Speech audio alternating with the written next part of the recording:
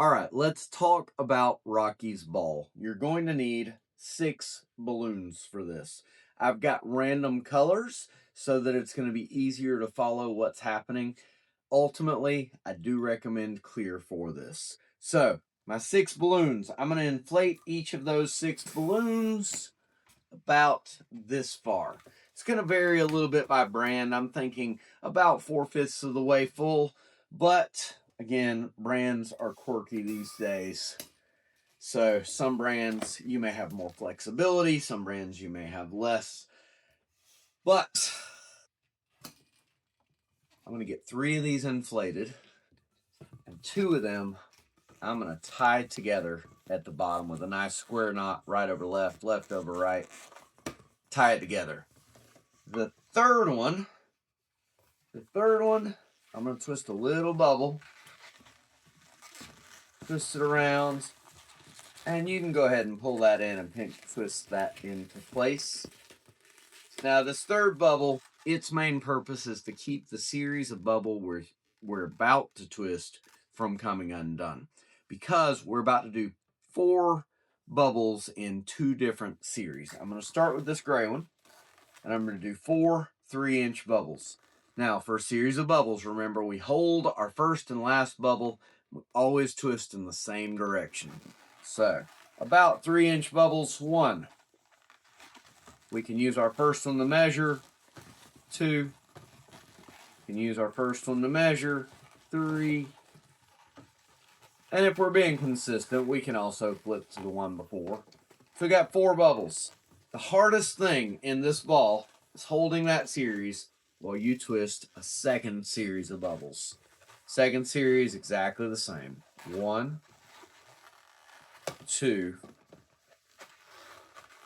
3, and 4. It's about to get easier because we're going to lock these 2 series of bubbles together. Now we can let them go. Now this orange balloon, we're going to do the same thing. Series of 4 bubbles. 1, 2, 3. Like my little scissor hole here to help me hold my first and last. 4. Twist the groove after that last one. Right in with these other 3.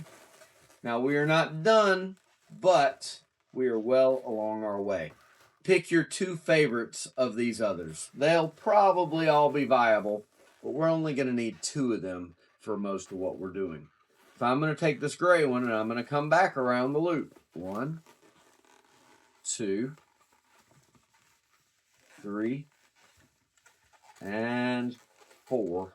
We're back where we started and twisting right back in there. And for mine, I'm going to use this orange one. I'm going to take this orange one. I'm coming around again. 1, 2, 3, and 4. Twist that orange one right in with this gray one and this white nub. Now, what I'm going to do, you can cut it off with scissors if you need to. You can just hide it in the middle if you're in a hurry. I'm going to tear this gray one off. Make sure it's wedged and doesn't deflate. I'm going to tear this orange one off. Then I'm going to tie them together. Same thing with the orange one. Make sure it's wedged and doesn't deflate. But I'm going to tie those together. And now we've got a set of 5. Now, if you're into decor, you'll know that a set of 5 bubbles tends to stay together pretty well. We could take some scissors and clip these off, depending on how much you want to clean up your sculpture. For now, I'm not worried about them. And some of these will probably come untwisted while I'm going around, but I just don't care that much because the bubbles have this space now. So even if they come untwisted, I'm going to lock it in with another bubble around the side. So first 3 balloons, this is what we came up with. This white piece, I am done with it. I can tear it off. You can cut it off. To tear, I pinch a little section. I use my nail and I break off. Then we release. I'm going to tie that off. You can decide what works for you. I find the nuance is a little bit different for different people. So that's where we're at. right there. I also could have left a little bubble on top. It can potentially help with shaping later. Up to you whether you want to leave that. But coming to this red balloon, I'm going to blow it up. Now I'm going to twist it around, pick your entry point, but one level of this circle. So I'm making the top level here, twisting around, right around this gray. Doesn't have to be tied in place, does need to be stably locked in. Then the distance of these red pieces are going to be the same as the distance that we were twisting our other series of bubbles. So 1, and you can just bring it up. I can measure by this orange. 2, and just keep going all the way around the circle. Now I can measure by the white. 3, now I can measure by the gray. 4, now I can measure by the orange. And now we've completed our journey. Don't tear the extra red balloon off. Hang on to it for now. Leave it puffed toward the top, just like so. Now I'm going to grab my green balloon. And we are going to go on the same journey again. But we're going to do it this time at the opposite side. So we start at the top. We're flipping it over so the other side is the top. Twisting the green in. Just get it securely in there. We're coming around. I can measure by the white. Loop it around. I can measure by the orange. Loop it around. I can measure by the gray. And I'm glad this orange came undone because I can show you.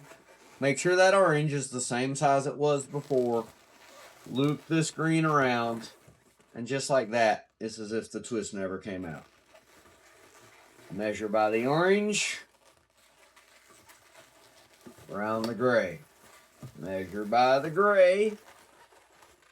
And we are back home where we started. Bringing around that white and green. Don't tear this off yet. Now, for our blue balloon, this one is going to be a slightly different length. But you're going to start the same way. Twist it around. I like to get the knot itself to loop around the balloon. I feel like that lets it stay in place a little better. Just twist a little loop-de-loop, make some corners. Now you're going to measure this one about 2/3 of the way up. So bring it around the orange. 2/3 of the way up. We measure. Bring it around the gray. 2/3 of the way up. We measure. Bring it around the white. 2/3 of the way up. We measure. Bring it around the orange. Now we are back home. Measure 2/3 of the way up. Complete our circle just like so. And the blue piece, there's not much left of it. So I'm going to tear it off. You could also just tuck the extra loop in, which would not be as noticeable when you're working with a big clear balloon. So it's going to be a balance. Is this line work? Nah, just Rocky might be, but this whole ball, everything, probably not. The white piece at top, I'm going to go ahead and tuck it to the inside to make everything a little more consistent. Now, we've got our ball.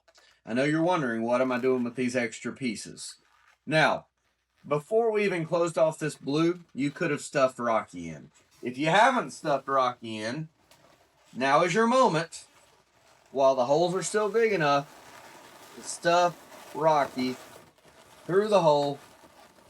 Use some of those balloons to tie him in place, but it is a jumbled mess if I show you the final steps with Rocky in there. So I'm going to set Rocky to the side. you could just save one hole to stuff Rocky in.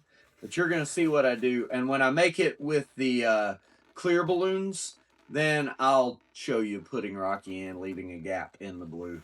But what I'm concerned about now is, what are we doing with these extra pieces? Rocky's ball in the movie is not a perfect sphere. It's got idiosyncrasies to it, little quirks. And one of those quirks is that it's not perfectly symmetrical in design or in flow. Because, I mean, it's made out of this, like, super powerful metal. What we're going to do is we're going to take this extra balloon. We're going to try to keep the basic round shape as much as we can.